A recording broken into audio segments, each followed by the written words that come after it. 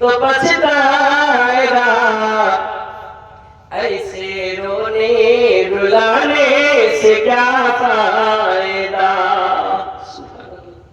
से हाशिरेर माठे মনে মনে ভাবেন না মরা কেন বিষয়কে এদিকে ওদিকে যাচ্ছে। আমরা ফিকির হচ্ছে হাসরের মাঠ, আমরা ফিকির হচ্ছে কবরের, আমরা ফিকির হচ্ছে দুনিয়ার হলো মজার, আর এই মজা কেটে দিলে মৌত এমন একটা জিনিস তার ফিকির হওয়া চাই। কবিতায় কবিতা সুন্দর কথা বললেন আল্লাহ নবী জনাবে মুহাম্মদুর রাসূলুল্লাহ সাল্লাল্লাহু আলাইহি ওয়াসাল্লাম তিনি বললেন সহিহ হাদিসের ভিতরে সাবাতুন ইউযিল্লুহুমুল্লাহু ফি যিল্লিহি ইয়াওমা লা যিল্লা ইল্লা যিল্লুহু আল ইমামুল আদিল ওয়া শাবুন নাশা ফি ইবাদাতি রাব্বিহি।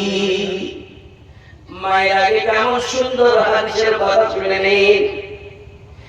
আল্লাহ রাব্বুল আলামিন সেই দিন হাসরের মাঠ এমন হয়ে যাবে, নবী আমার বলেছেন হাসরের মাঠ এমন হয়ে যাবে যেই মাঠে কোনো ছায়া থাকবে না, মা বাবার কথা শুনবে না, বাবা মায়ের কথা শুনবে না, ছেলে মায়ের কথা শুনবে না, মা ছেলের কথা শুনবে না, বাবা ছেলের কথা শুনবে না, বেটি শাশুড়ির কথা শুনবে না, কেউ কাউকে শুনবে না, স্বামী স্ত্রী চিনবে না, সাথী সাথীকে চিনবে না, বন্ধু বন্ধুকে চিনবে না, সবাই ছোটাছুটি করবে, সবাই নাচি নাচি নাচি করবে। হাই নাচি আমি কি করেছি একবার মৌকা পেতাম, রাত্রি জেগে জেগে রাসা শুনতাম, আমল করতাম, ফজরের নামাজ পড়ে আবার ঘুমাইতাম। আল্লাহ একটু মৌকা দেন, একটু মৌকা দেন। হাসরের মাঠে সূর্য নিকট চলে এসেছে, সহ্য করতে পারি না আল্লাহ, একটু সময় দেন, দুনিয়ায় যাব।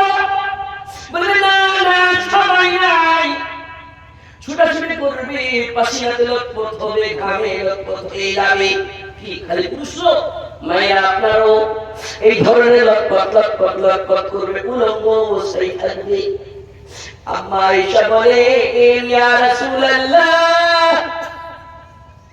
الرجال والنساء ينظر بعضهم على بعض। আল্লাহর রাসূল গো উলঙ্গ অবস্থায় থাকবে, মহিলারা কি পুরুষরাকে দেখবে না, পুরুষরা কি মহিলারাকে দেখবে না, দেখে কি তারা শরম করবে না? নবী আমার বললেন আয়েশা তুমি শুনে নাও, তুমি আমার স্ত্রী হতে পারো।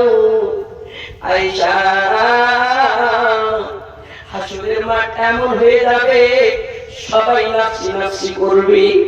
আয়েশা সেই দিন লজ্জাস্থান থেকে শরম কি জিনিস, শরম বলে ভুলে যাবে, শরম লাগবে না। শরম কি জিনিস, শরম কি জিনিস মনে আসবে না। সবাই মুগ্ধ হয়ে থাকবে, লটপট লটপট করবে, ছায়া করবে, ছায়া মানে ছাইয়ে, যাকে আমরা ছায়া বলি, ছাইয়া বলি, ছায়া খুঁজবে, ছায়া খুঁজবে, ছায়া খুঁজবে, কোন গাছ নাই, পাড়া নাই, লটপট লটপট করবে। আপনারা আমার এই ধরনের মাছ খুব শুনেছি, আবার শুনেলেন। আল্লাহ যদি এই শোনাকে আপনার আমলে নিয়েছে, আর যদি কোন আমল আপনি করতে লাগেন, কোন দোয়া যদি আজকে থেকে বলতে লাগেন, এই দোয়াটা আপনার জারিয়া হয়ে যেতে পারে, হয়ে যাবে ইনশাআল্লাহ। আল্লাহর কাছে দোয়া করব সেই যে ছোট ছোট করবে। আব্দুর রহিম নামে একটা বান্দা, এমন বান্দা, সেই বান্দা যুবক বান্দা, একবার জান্নাতের দিকে যাবে, একবার জাহান্নামের দিকে যাবে। কোন জায়গাতে হিসাব হয়েছে, কোন জায়গাতে হিসাব হয়েছে, ছোটাছুটি করবে, চটপট করবে, কাশ একটু কোন জায়গায় ছাইয়া থাকতো, লুকিয়ে যেতাম, লুকিয়ে যেতাম, লুকিয়ে যেতাম। ফারিস্তা জানাবে পিছনে হাত দিয়ে বলবে আব্দুর রহিম তোমার কিসের দরকার? বলে আমার একটু ছায়ার দরকার, ছায়া নাই। বলে চলো তোমার ডাক পড়েছে, ডাক পড়েছে কোথায়? আল্লাহ রাব্বুল আলামিন তোমার ডাক দিয়েছে, চলো চলো যাই। বলে কেন, কি কারণে? বলে আল্লাহ রাব্বুল আলামিন যেই জায়গায়, যে আরশের উপরে বসে আছে, সেই আল্লাহ রাব্বুল আলামিনের নিজের ছায়ার তলে তোমাকে জায়গা দিবে। अपने रब को जवानी में भूला है तू और ताकत के बलबू पे भूला है तू जब जवानी ढलेगी तो पछताएगा जब जवानी ढलेगी तो पछताएगा ऐसे रोने रुलाने से क्या फायदा गफलत में सोए हुए मोमिनों ऐशो इशरत दिखाने से क्या फायदा। बोले अब्दुल रहीम তোমাকে আল্লাহ জীবন দিয়েছিল আর জীবনের ভিতরে একটা জিনিস এমন দিয়েছে যে জিনিসটার নাম হলো যৌবন কাল।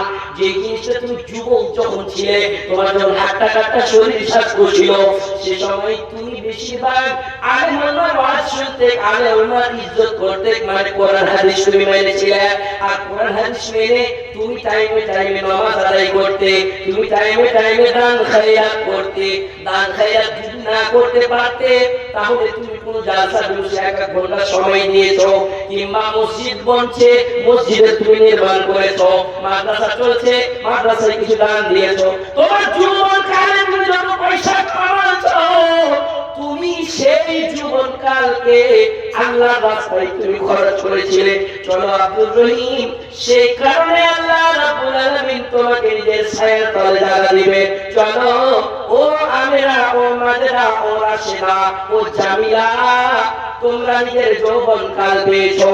যৌবনকাল পাওয়ার সময় তোমার স্বামী বলেছিল তোমার স্বামী রাত্রে 11টার সময় এসেছে বাড়িতে পড়ে শুয়েছে নামাজ নাই কিন্তু তোমার স্বামীর কাছ থেকে তুমি ছুটকারা নিয়েছিলে রাশেদা জামিলা তুমি আমেনা তুমি খাদিজা তুমি রুকাইয়া তুমি নেককার ছিলে তুমি যৌবনকালকে তোমার স্বামী অন্য জায়গা থেকে এসেছে এমন জায়গা থেকে নামাজ রোজা করতো না কিন্তু তুমি এমন বিভিন্ন জিনিস খেয়ে এসেছে তার কাছ থেকে বলেছো ডোন্ট টাচ মি আমাকে ছুঁবে না যতক্ষণ এই জিনিস তুমি না ছেড়ে দেয় যতদিন তুমি নামাজ না ধরবে এই জিনিস ছাড়বে না। ও আল্লাহ রাব্বুল আলামিন সাত শ্রেণীর লোককে নিজের ছায়া তলে জায়গা দিবে তার মধ্যে তুমি আছো চলো না সুবহানাল্লাহি ওয়া বিহামদিহি। মায়েরা নিজের যৌবনকাল পেয়েছো ওই বুড়া বয়স্ক তোমার দাদা শাশুড়ি তোমার নানা শাশুড়ি যে তোমার শাশুড়ি তোমার শ্বশুরকে একবার জিজ্ঞাসা করো আব্বু এখন কেমন লাগছে আব্বু বুড়া যে হয়েছো বলে বাবু রে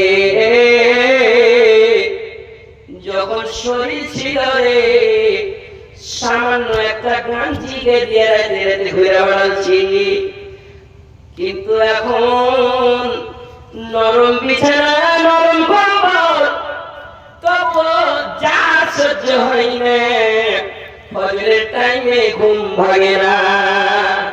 আছে না বাবুরা যার বয়স লেগেছে ওকে প্রশ্ন করেন আমার একেশো পাকিবে দন্ত নড়িবে সম্বল হবে মোর লাঠি তখন পুত্র পরিজন সকলে বলিবে পুত্র পরিজন সকলে বলিবে এইজন জন্ম দিলে বাঁচিরে মন আমার মানুষ হইয়া জন্ম লভিয়া মানুষের দিলাম কি আমি মানুষ হইয়া জন্ম লভিয়া মানুষের দিলাম কি আমার বাল্যকাল গেল হাসিতে খেলিতে যৌবনকাল গেল রসে আমি সুরস ফেলিয়া কুরস খাইলাম সুরস